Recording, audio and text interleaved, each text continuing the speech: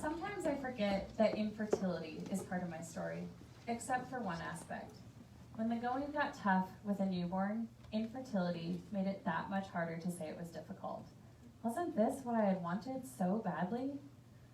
I have PCOS and stage 4 endometriosis. It took surgery plus drugs to conceive my son. Thankfully, my pregnancy was a breeze, and my son Harrison's birth was largely uneventful. 8 hours nearly to the minute from when I had my first contraction, my son was born. It was like a regular work day, but I got a baby at the end of it.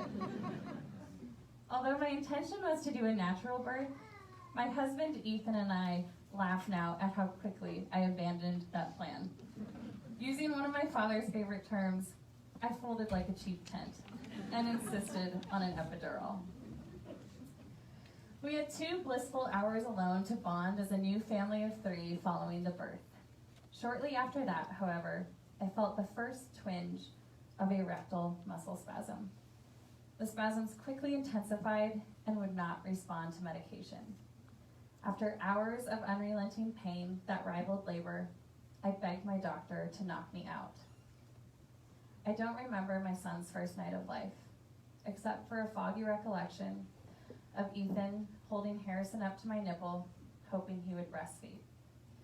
The nurses were compassionate, but it was a full moon. They were busy. We got through the night, and the pain didn't return, but it was my first indication that this whole baby thing might not be so easy. Ethan and I are Bozeman natives, so we had a steady stream of visitors following Harrison's birth, their arms brimming with casseroles, cookies, baby onesies, and blankets. We had what everyone wants, a village. And yet, I desperately wanted a day without that village. I wanted to spend every moment topless, holding my baby, crying whenever I wanted to, and not caring what I looked like. I wanted to sleep when Harrison was sleeping, not watch him sleep in someone else's arms, resenting how it was a precious opportunity to nap gone wasted. Mostly, I wanted the space to learn Harrison. I'm the type who does all my homework. Yet here was this baby who didn't come with an instruction manual. I Googled everything, especially at 3 a.m. Is that rash on my baby's back normal? Are his eyes supposed to cross that much? Is he gaining enough weight? Followed immediately by, is he gaining too much weight? Do I even have mom instincts? I couldn't distinguish a hungry cry from a tired cry from a pain cry. And then I would cry because I couldn't tell the difference. Anxiety's grip was constant. I even sat on my hands once to keep myself from rudely snatching Harrison back from the arms of a friend when he started rooting as she was holding him. In the midst of this, I found an unexpected place of refuge, the lactation consultant's office. Now, based on the number of appointments I made with the consultant, you would assume we had serious feeding issues. In reality, although breastfeeding was certainly a challenge, I made those appointments because I felt like I could actually breathe there. The motherly consultant would hold and weigh Harrison and provide reassurance that we were doing okay as parents, while I would just sink into the overstuffed couch. There was something about this perfect stranger, trained in all things baby, that allowed me to relax. Even so, at my postpartum checkup, my anxiety level was soaring, and now it was coupled with 2 solid months of sleep deprivation.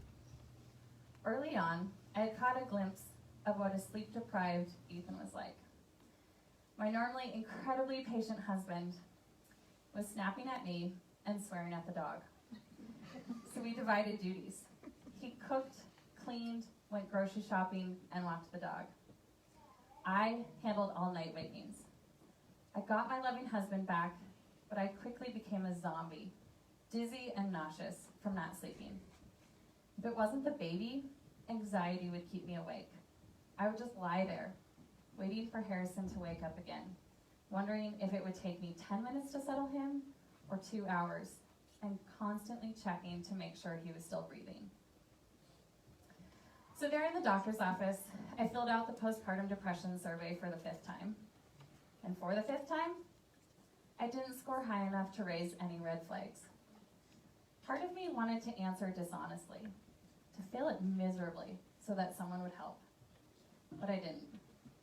I passed the survey and then cried through my exam. My doctor was sympathetic as I told her between sobs, mixed with smiles and reassurances about how grateful I was to have a baby, that I was exhausted, anxious, and tearful most of the time. She patted me on the back and said she would see me in a year for my annual exam. She said to call if things got worse.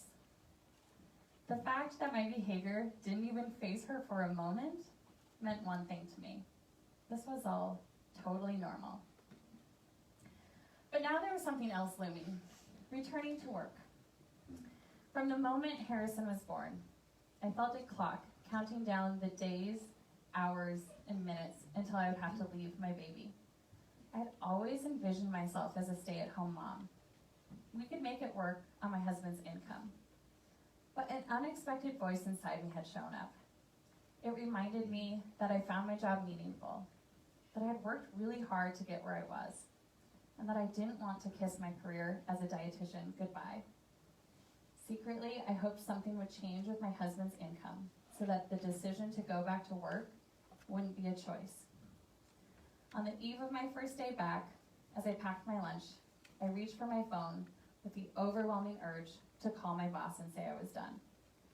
Ethan encouraged me to give it a month. My first day back wasn't as terrible as I thought it would be. A month or so later, I had to give a big presentation. So the night before, I tucked Harrison in extra tight and said a prayer that my awful little sleeper would sleep better. It didn't work. That night was the first of many that I ended up crawling into Harrison's crib with him, seeing it as my best opportunity to get a few hours of sleep.